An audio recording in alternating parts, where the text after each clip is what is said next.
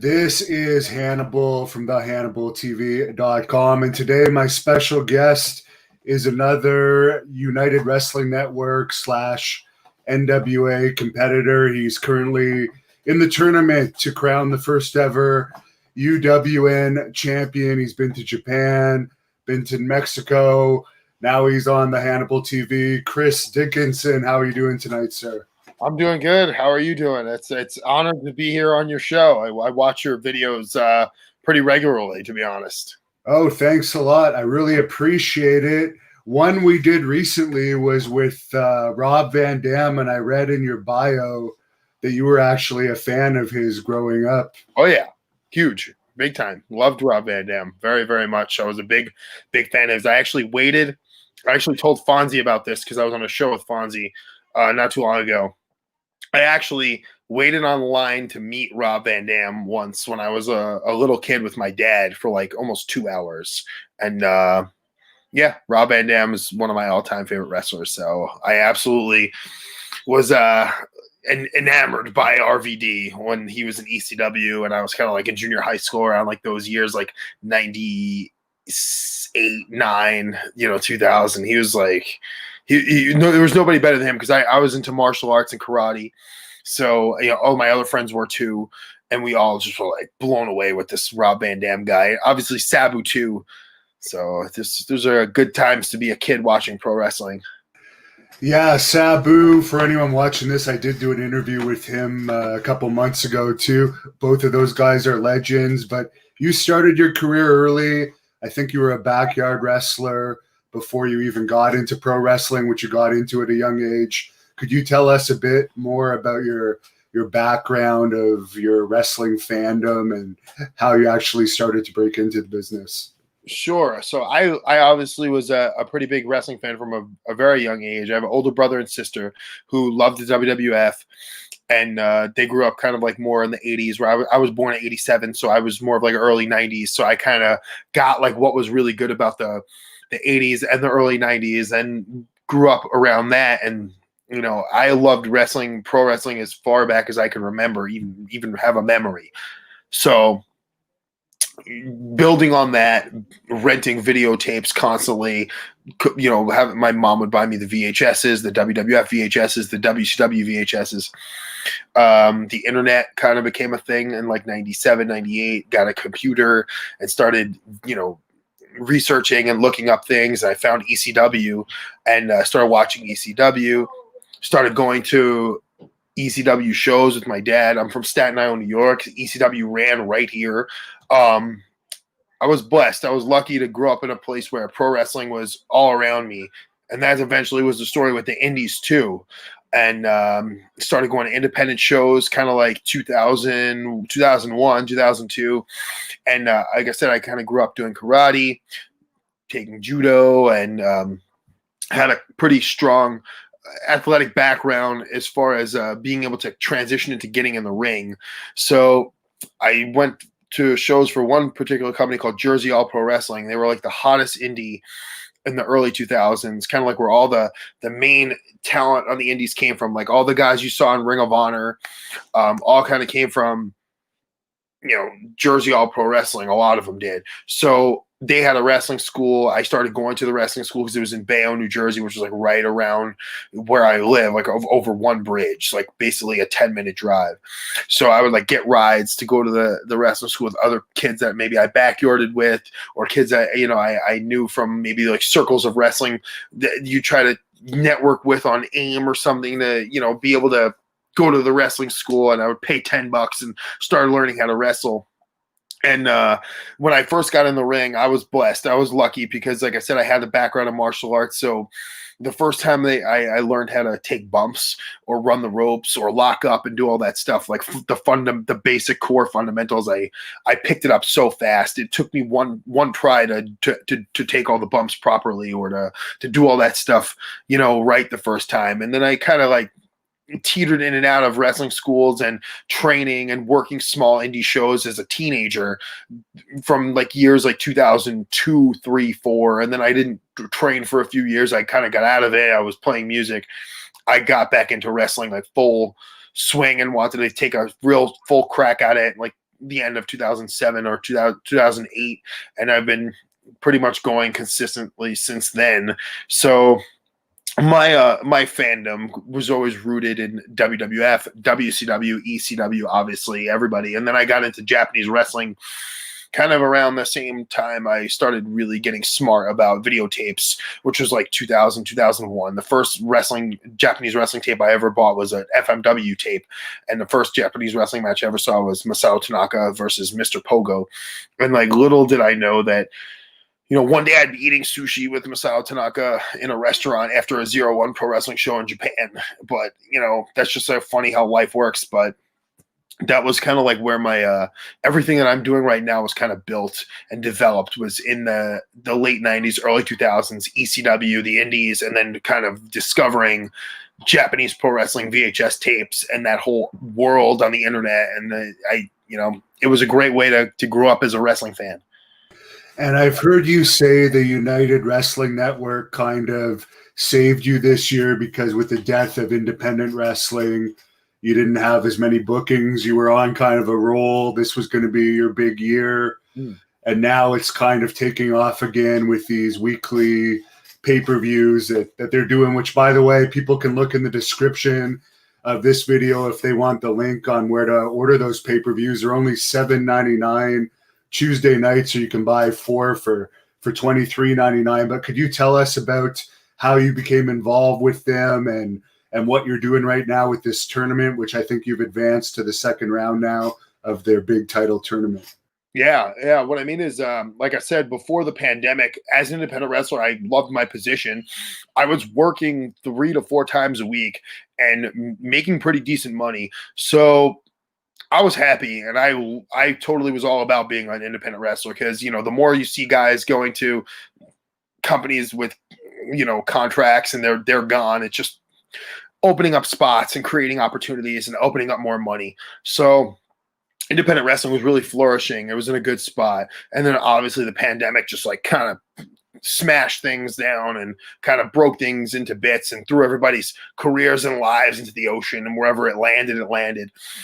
But I'm very fortunate and lucky. I work for Game Changer Wrestling, which has been pretty consistent at running events throughout the pandemic. And the UWN, Dave Marquez, gave me a call and said that there was this new show that they were going to be filming. It was going to be weekly.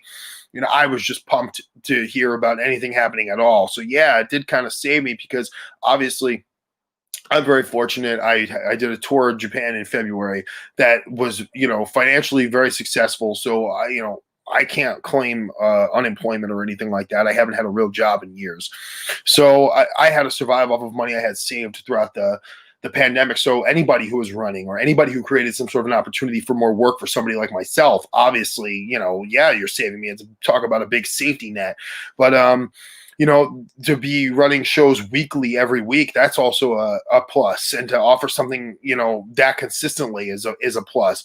And the way that they're doing it, the format that they're producing wrestling in now on these closed studio tapings with this super awesome production, it's something different. And they're rolling with the punches, and they're working with what they have to, you know. That's what I say. Anybody who out there in wrestling period who is, you know, working with the protocols, the restrictions, or whether you're producing live events, you're doing close studio stuff, as long as you're keeping the ball rolling and you keep on producing wrestling, you know, you're doing somebody like me a favor, or somebody else a favor who has no opportunity to work, or even just the people that are trying to gain experience. Somebody like me, I obviously do this to survive. So for somebody to create that much more work for me, obviously, yeah, it's greatly appreciated. Who are you facing in the next round of the tournament? Fred Rosser. It's me and Fred Rosser one-on-one. I've actually wrestled Fred before at the semifinals of the Chikara King of Trios tournament, but that was a 6-man tag. So now I'm finally going to have a singles with Fred in the next round of the tournament. And that is Darren Young, right? For those that don't know, he used to be Darren Young in WWE, and now he's kind of became more of a serious wrestler, I guess, from what I've seen of him. He's done some New Japan stuff, I think. Yeah, he's working with New Japan right now, and I like it's he's been on the independents the last like year or two, or since he was since when he was released from WWE. I'm not sure. I'm actually not sure exactly what his character was in WWE. I wouldn't be able to tell you, to be honest, because I don't know.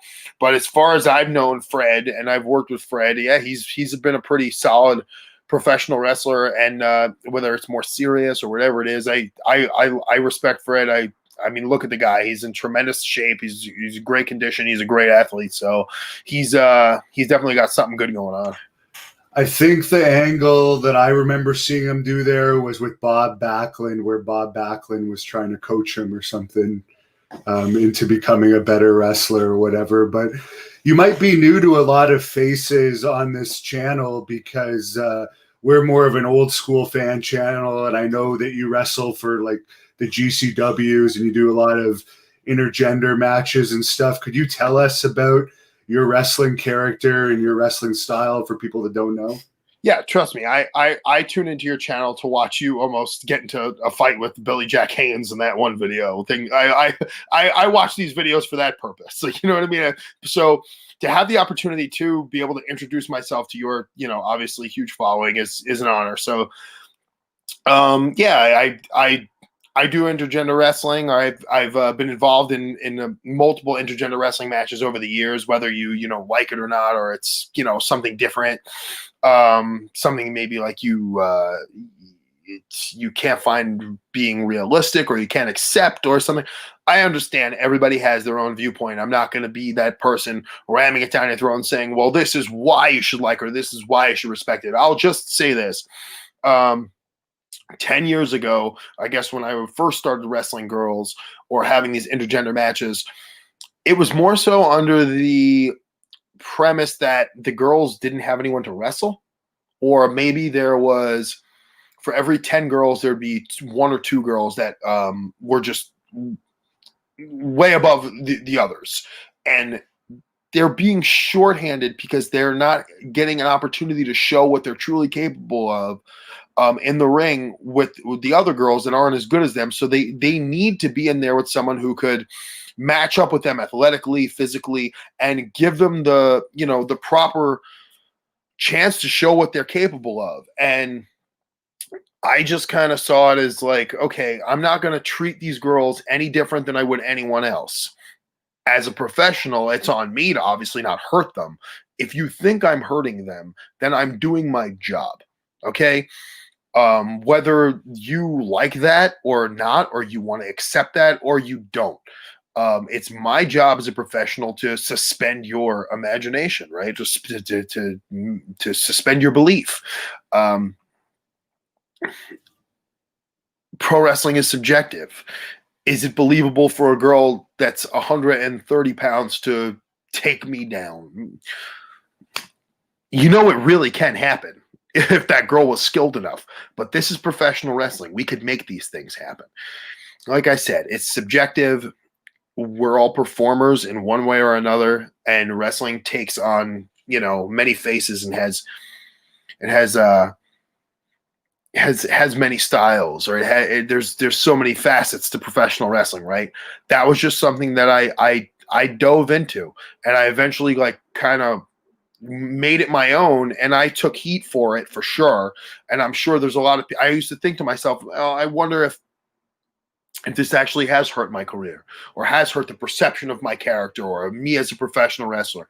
And if it did, well, so be it. But I'm here talking to you right now, so I couldn't have done that much damage.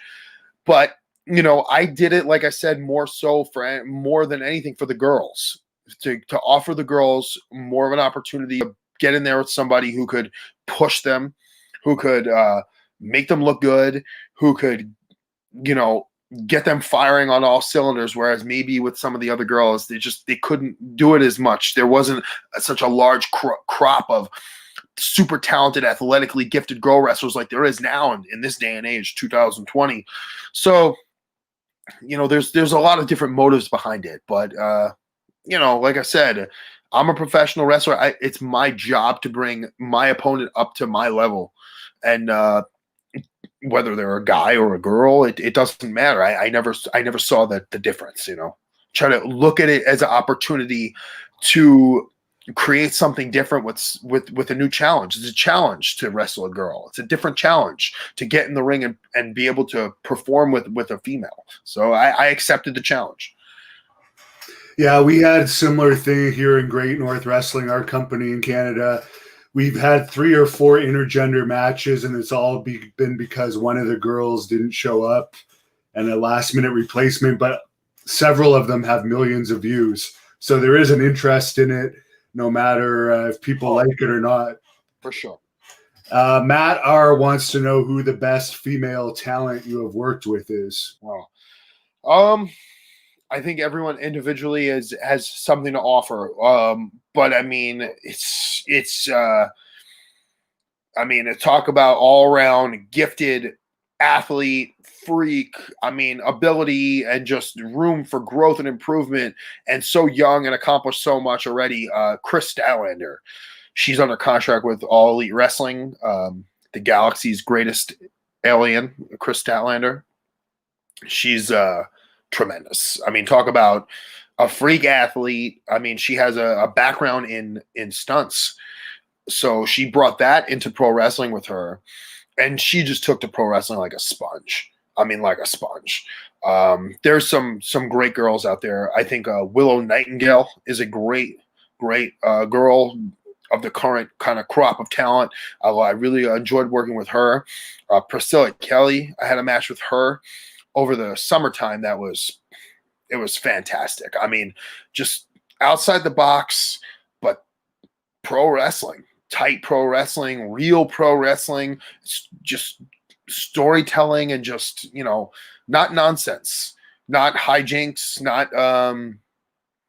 not cheap heat, just, doing your best to go out there and show something a little bit different, but also still tell a good, compelling pro wrestling story. Steve wants to know, of all the companies you've worked for, have you encountered many assholes in the locker room?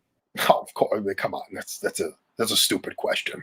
That's an obvious question. Yes, Steve. I've encountered assholes in the locker room.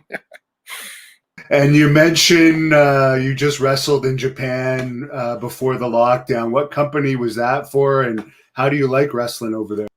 GCW ran a tour in Japan, did 3 dates, sold out every night. GCW, I was overwhelmed with how over GCW was in Japan. To see an independent company have that much reach and have such a solid fan base in a country that's in a completely different part of the world. But I also wrestled for 01 Pro Wrestling. I wrestled for Freedoms. I wrestled for a company called Dove Pro, and it was tremendous. Japan is a very special place when it comes to professional wrestling. Those fans really like their pro wrestling, and they like their pro wrestlers. Those people they're hardcore fans. They're very supportive.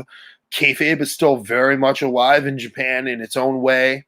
It still exists, and the business is I would say, very much so, way more protected and respected over there by the people in the business than it is over in North America. And the same could be said for the fans too. There's just a greater fondness for professional wrestling in Japan still to this day, and I love it over there. I think it's the perfect environment for someone like me as a performer and as a professional wrestler and as a fan of pro wrestling too. It's just, pro wrestling is just it's it over there. It's a big deal. Jamie wants to know if you've ever wrestled over in Scotland. Pretty close. I wrestled in all of northern UK, but I never crossed the border over into Scotland. So hopefully one day.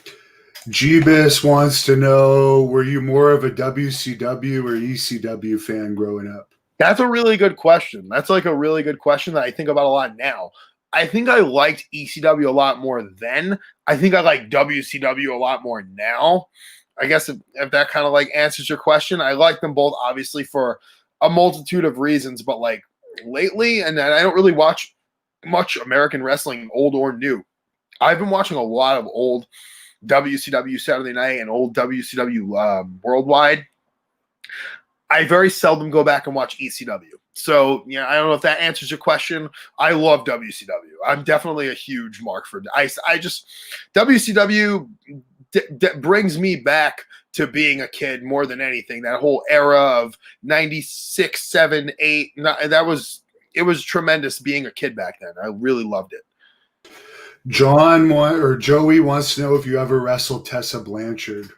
I've never wrestled Tessa, not in a one-on-one, in a singles, not in a tag. I've been on events with Tessa, but I've never wrestled her. How did you find her backstage? Because we always hear mixed stories on how she is. Oh, Tessa was fine with me. I get along with Tessa. I've hung out with Tessa too. I've been to a wedding with Tessa once, or just been around Tessa, and I've never had any problems with Tessa. And as far as you working for AAA over in Mexico, how did you get booked down there, and what was that experience like?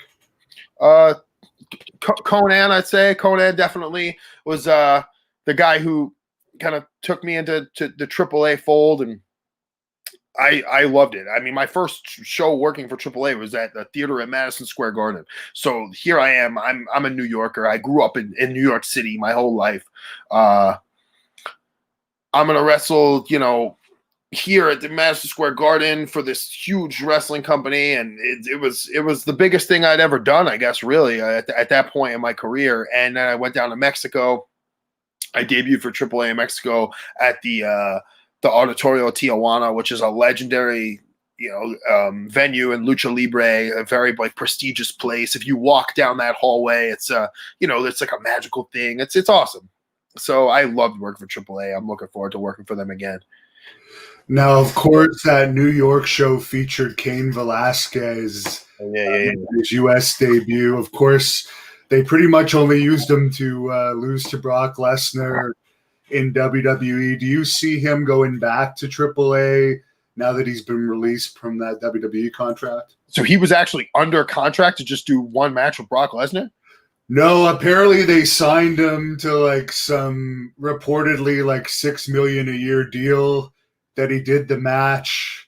Then they released him a few months after the match without any further appearances. Oh, that's terrible. But yeah, no, I don't see why not. I don't see why he wouldn't, especially if he wanted to continue pro wrestling. It seemed like he had a pretty good deal at AAA too. So, if he could find his way back into that, I don't see why he wouldn't. Matt remembers you from Evolve, and he wants to know if you have any memories of working WrestleMania 34 Access Weekend. Oh, yeah, absolutely. That was a really good time, and I got to wrestle someone who I kind of came up with, a good friend of mine. And I thought it was interesting that we were the outsiders, and we went over the WWE talent. I thought it was pretty funny that my only actual official, I guess, on record WWE match I went over, and I've never had a contract with the company, so I thought it was pretty funny. Did you ever do any extra work or anything for them over the years? Just once. I did two days, and I wrestled twice before a SmackDown once. I did a couple matches, and that was really it. That was the only time I ever did extra work. Well, that leads into a question from Steve here. If you had the choice between WWE or AEW, in your opinion today, would you have a preference? That's kind of a tough question to answer. It's you can't really, as a professional or as an athlete, or answering that question is not something that I really could do unless I had the contracts in front of me, right? And I had to actually weigh the options and speak to the company and hear about the deal and talk to a lawyer, and it's just a question that's I can't really give you an exact answer on that one. And Michael wants to know who you think was the greatest female wrestler of all time. It's a tough one, obviously, but I mean, I gotta go with Manami Toyota. I mean, she is just she's, if there's gonna be number one, right? She's got to be number one, right? She was a living superhero. She was just an athletic marvel, just an unbelievable performer, all around. So I mean, there's people that'll argue maybe someone else or another legendary Joshi talent, but I would put Manami Toyota as number one. Now, Sting's been in the news this week because I guess his WWE merch contract expires, but Joey wants to know where Sting would rank in your WCW favorites. Okay, so Sting, very, very important wrestler in my fandom history.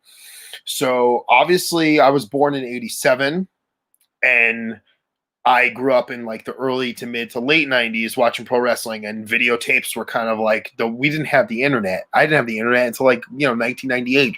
So there was, it wasn't like you went on a streaming service and we just loaded up videos and let's watch this. It just didn't work like that. Downloading stuff took forever. There wasn't like you could find that stuff to download. It was just for a 10-year-old, 11-year-old kid. The only way you watched wrestling was on a videotape. So I remember when maybe my brother had an eBay account and I started looking on eBay. I found a compilation tape. It was like the best of Sting in WCW. It was a big compilation, a list of matches, like huge, of all these matches from the NWA that I had never seen before, because it wasn't like I could go into Sam Goody in the mall or Tape World or whatever your respective music store was that sold videotapes, Nobody Beats the Wiz or whatever. And I could buy WCW pay-per-views from like the early 90s and WWF pay-per-views from like the early to mid 90s, right? But stuff from the 80s, no.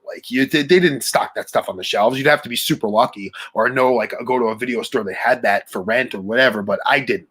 I was cut off at late 80s WWF, kind of mid 80s WWF. WCW only really saw tapes from the early 90s, never really saw an NWA at Jim Crockett promotion, anything at that point.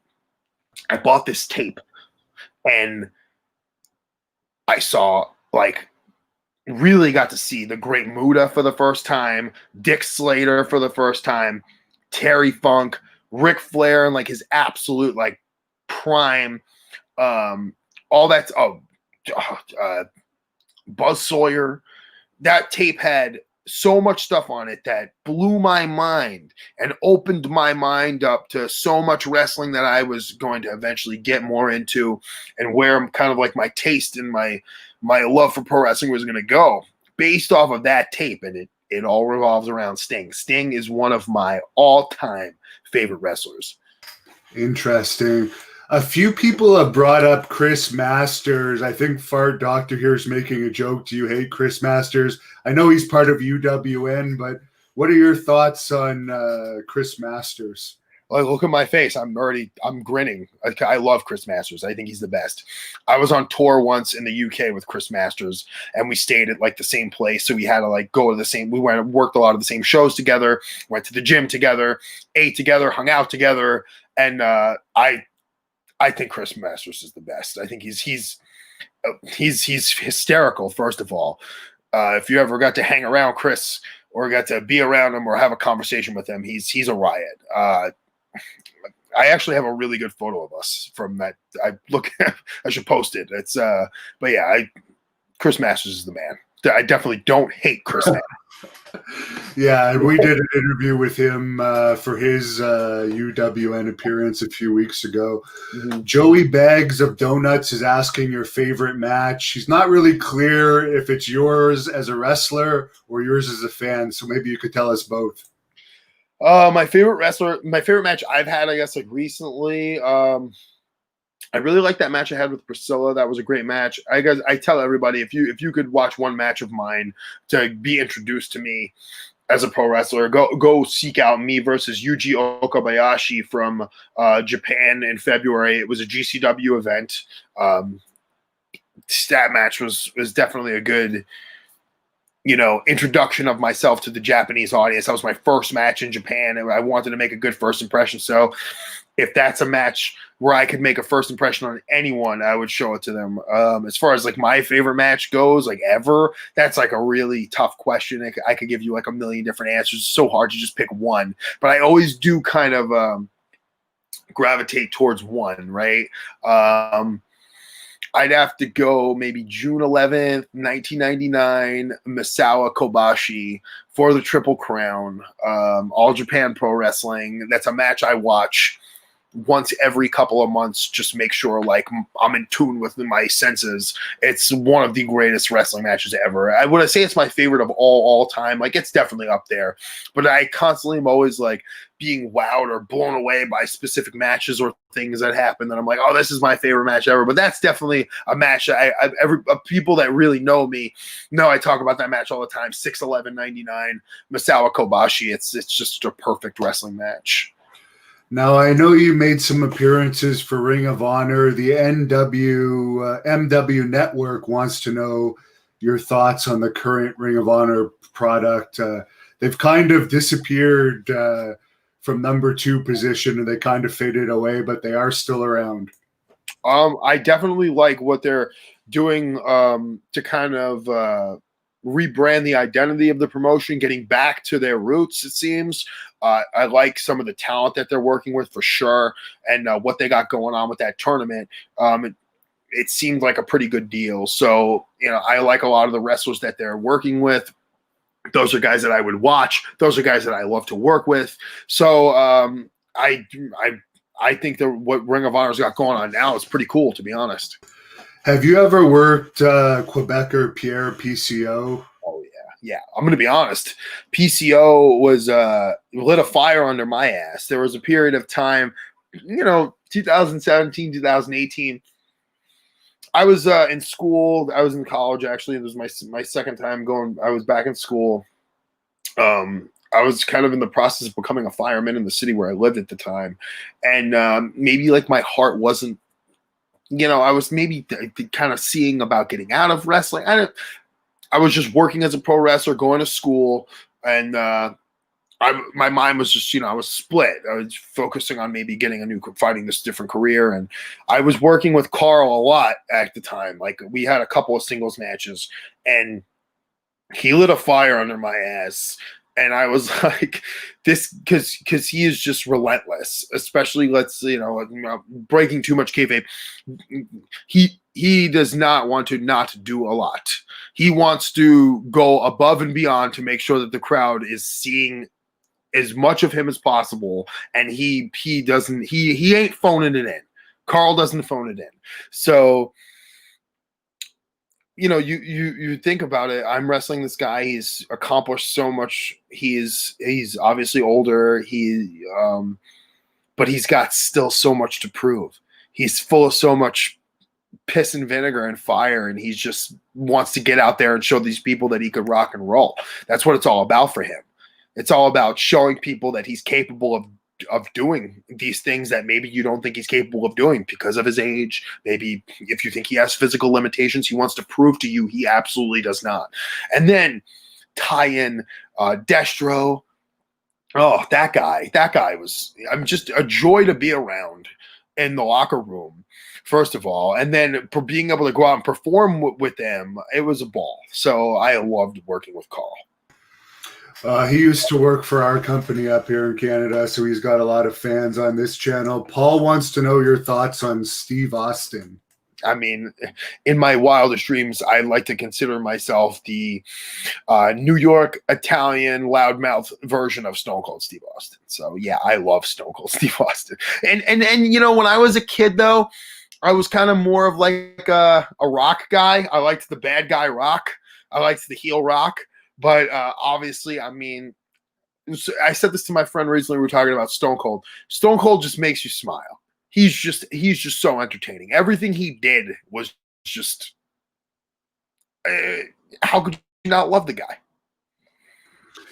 And there's a few fans on here that have commented that you look like Cesaro. Do you get that a lot? Oh, God, yeah. More so like the casual fans who maybe don't know who I am. They will say, hey, Cesaro in the ring. And I'm like, oh, I hate it. I mean, it's not a bad comparison. He's a handsome guy and he's in great shape. But, hey, man, some of us just like lose hair in this lifetime. It kind of just happens. It happens, and it's nothing I can really do about it. So.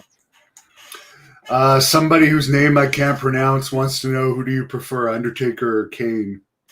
Oh, God. I don't know. That's a tough question, honestly. I like them both. They both provided plenty of ridiculous entertainment over the years. when I was growing up, maybe I like wasn't the biggest fan of the Undertaker or Kane. Like it wasn't like my number one go-to segment on the show that I love the most. But like I will say this, I always kind of tell the story of the night Kane debuted. I used to watch wrestling in my basement. I was probably 10 or so when Kane debuted, or 11. And I remember I was sitting actually on the floor. I had a heavy bag, like an Everlast heavy bag. I used to like wrestle with it, throw it around, hang it out, punch it, kick it. I was sitting on it, and I was watching Kane debut, and the room was dark, and it was like, and then my dad wasn't in the base. I was alone, so I was like, when Kane came out and like ripped the cage door off, and I was looking at him, I was getting like kind of freaked out. I started looking behind me. I started like I was actually spooked by Kane. Undertaker, a lot of great memories of the Undertaker. I remember watching the 1994 Royal Rumble like on pay-per-view as a little kid, being like shook when he resurrected from the casket and all that. So I kind of like Undertaker and Kane the same. I'd say I'd put them both in the same category. Someone's on here asking if Joey Janela is difficult to work with. I think you still work for his company, so I'm going to guess he's easy to work with. I work for his company. I work for Joey's company. I don't. Isn't GCW his company? Am I mistaken? Joey doesn't own the company. Okay, I thought he did. No, maybe you could enlighten us on that too. Like, yeah, he puts his name on the show, on that show. Once a year, Joey Janela Spring Break, or I know there was Joey Janela's Lost in New York. So it's kind of like he's obviously involved in the company, but I wouldn't say Joey owns the company unless there's something I don't know. But Joey's one of my best friends, so I'm not gonna. I don't think I wouldn't give you false information. Is Joey difficult to work with? God, Joey's kind of difficult in general sometimes, but no, he's not difficult to work with. Not for me. And I've wrestled Joey. It feels like 100 times, and me and Joey are a tag team. So no, I love Joey, and I love working with Joey. And I feel like he gets a bad rap, obviously, for certain things, kind of by the broader audience or the more casual fans who see him on AEW or kind of just see some of the stuff he says or does on the internet, and they judge him based off of that. But ultimately, Joey is a solid wrestler, and Joey could go. And I think a lot of people kind of like maybe short sight him a little bit, maybe because of his look, or he, doesn't stay on top of his condition or whatever it is. You know what I mean? But no, to answer your question, Joey is not hard to work with. As far as his feud that was all over the news a little over a year ago with Enzo, is that all settled? You say you're friends with him, so maybe you could let us know if they've moved. I don't know, but I would hope so. Why one would even get involved with that other guy is beyond me. But that's Joey. That's what Joey's gonna do. So I mean, whatever. I hope him and Enzo have buried the hatchet. Yeah, I don't even know if Enzo's in the business anymore. The last I heard, he was asking for like $7,000 for an independent appearance, which is a pretty high price tag. Good for Enzo if he could get that. Good for Enzo. Jay wants to know if you ever thought about getting into MMA. You mentioned your fighting background. To be honest, yeah, of course I considered it. I've done some grappling competitions and things like that, but to be honest, no. I don't like it. I've done enough damage to my body getting involved in pro wrestling over the years. If the idea of me ever wanting to fight was to come, I mean, I'm a little older now. It probably isn't the best idea to get involved in MMA now, but I still think like maybe there's a possibility I could potentially want to do something eventually, but it's just not exactly like in the cards for me, to be honest. Yeah, and I've had some Indian MMA offers, and they're really not much. You need to get paid a good amount if you go through a training camp and everything. Oh, yeah. I mean, people don't understand. It's like to become an MMA fighter, you have to fight amateur.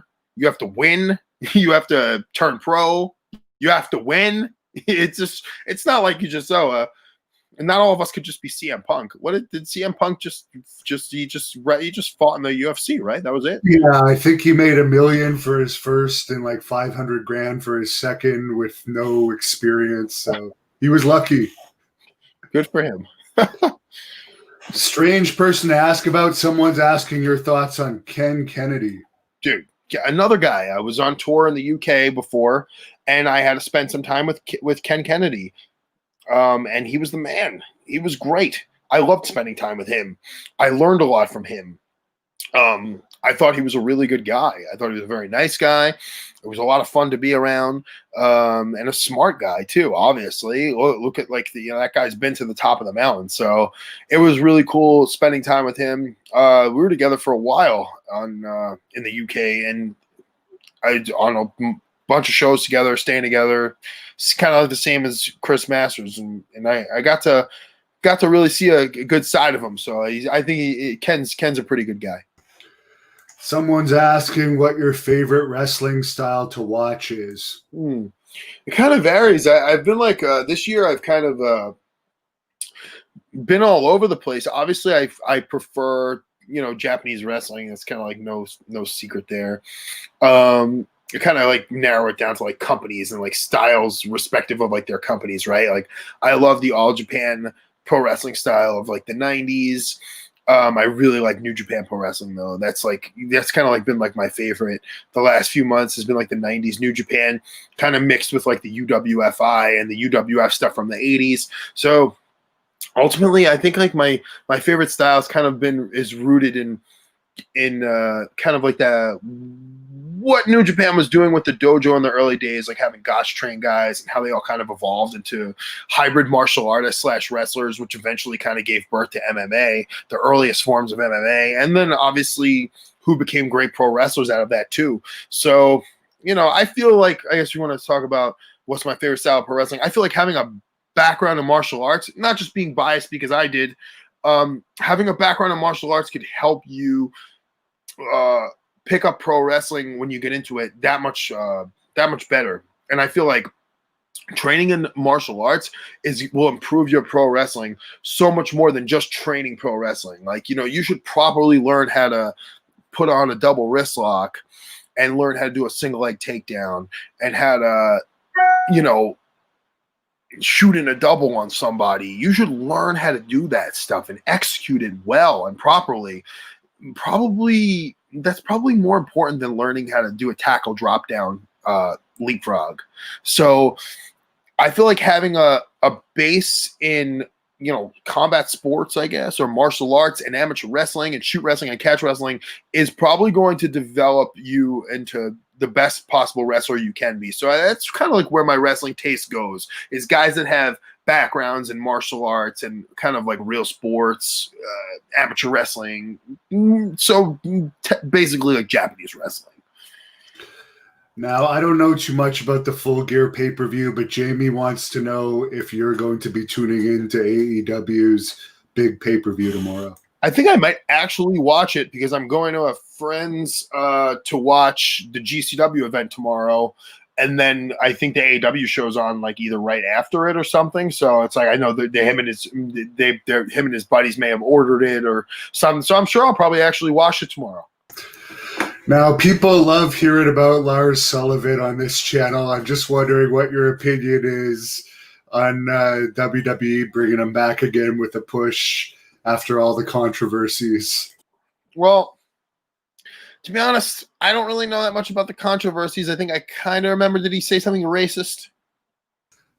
He said stuff that was racist and stuff against gays and other people, and then he ended up being a gay porn star. Okay. Yeah, I think it's coming back. I think it's coming back to me.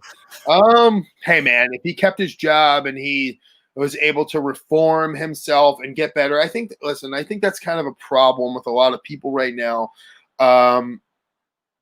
Yeah, there's a lot of people that have done some screwed up stuff or said some things and it came to light on the internet and people jumped all over them. They want to cancel everybody and this and that. Just remember that these people are still human beings.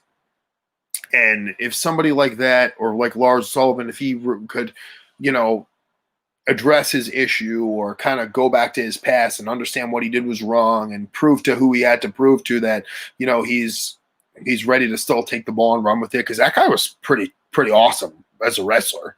I mean, I don't know him as a person. I have no opinion of him, but he was doing pretty well, right? He was getting a push from what I know. I haven't watched WWE closely for a while. Mm-hmm. Steve says you kind of look like Lars. I don't know about that. Yeah, Cesaro, I can see.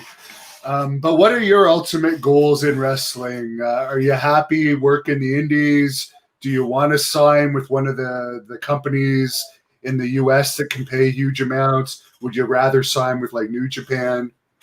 I think my goal. Do you remember when we met? We met at that New Japan thing in 2015 or 14. Yes, I actually do remember that. You mentioned the Terry Funk thing to me. Mm-hmm. I remember that. I got fucked over in my match because the guy quit the match and I drove all the way out there for nothing. But yeah. You did, and that was really weird, honestly. And without getting into too much detail about that, obviously you know what I've been after. So where I kind of want my career to go, obviously, is Japan. That's not saying, like, you have to understand, like I said before, I loved my position before the pandemic. Independent wrestling was flourishing. It was more than possible to make a living doing what I was doing, and it was going well. The more people were going to WWE or AEW, fine with me, because it's just creating more opportunities for someone like myself, opening up more money, and just things were working out. But obviously the pandemic happened, and work just kind of getting slashed into a small fraction. It really will kind of speed up the process of like, yeah, maybe I should have a guaranteed contract somewhere or be working somewhere for guaranteed money, of course. But, when you really, really want something, or you really, really want to make something happen, or you're really like working hard with a goal in mind and trying to will things into existence, things are going to happen the way you want them to happen. They just may not happen exactly the way you see them happening, but they will happen. And I know where my goals have been set for a long time. I know where my direction's been going. So I didn't try to veer off of that direction and go into like panic mode based on what was going on with the pandemic and losing work. I was lucky and fortunate the last year or so. I have my car's paid off. I have great credit. I don't have I'm not like dying of credit card debt or anything like that.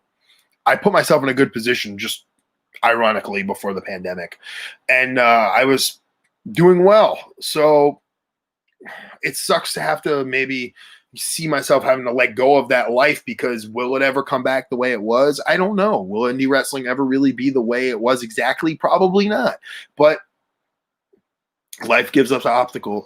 Life gives us obstacles, right? And you either got to go around it, you got to go over it, you got to go through it. Either way, you got to get around it. And that's just kind of been like my mindset this whole time. Still trying to reach my ultimate goal of wrestling full-time in Japan, whether it's for working for a company like New Japan Pro Wrestling or someone else, or doing it independently. That ultimately is my goal in pro wrestling. Have you ever dated a diva or female wrestler? Yeah, I have. What was that experience like? Because everyone doesn't usually work out well, but sometimes it does. It was great. I thought it was great, while it was working out well. It was cool. It depends on if it works out.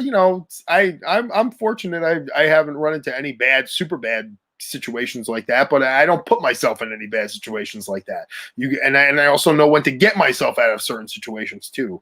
But yeah, all of my experiences dating or in the wrestling business have all been fairly pretty good, I'd say.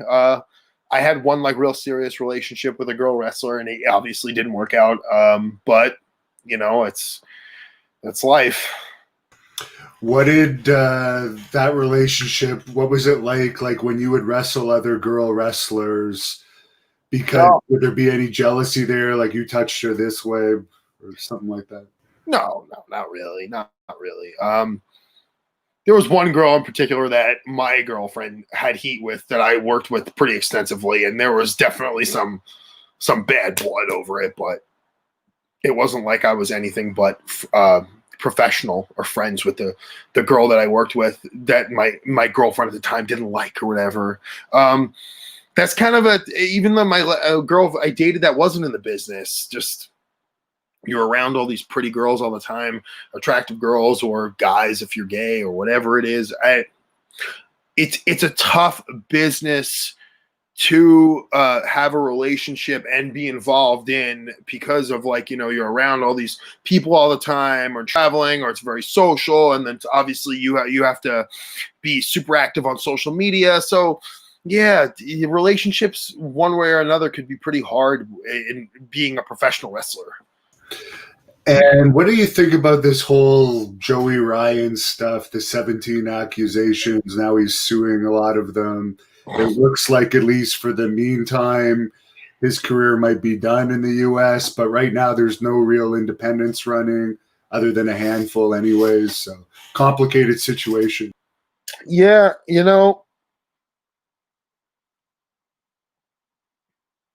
Joey is cool with me. We were cool. Joey, you would think, first of all, I'll say this, right? You wouldn't think Joey would have a problem getting with girls, would you? Right? He's a great looking guy. He's nice. He's charming.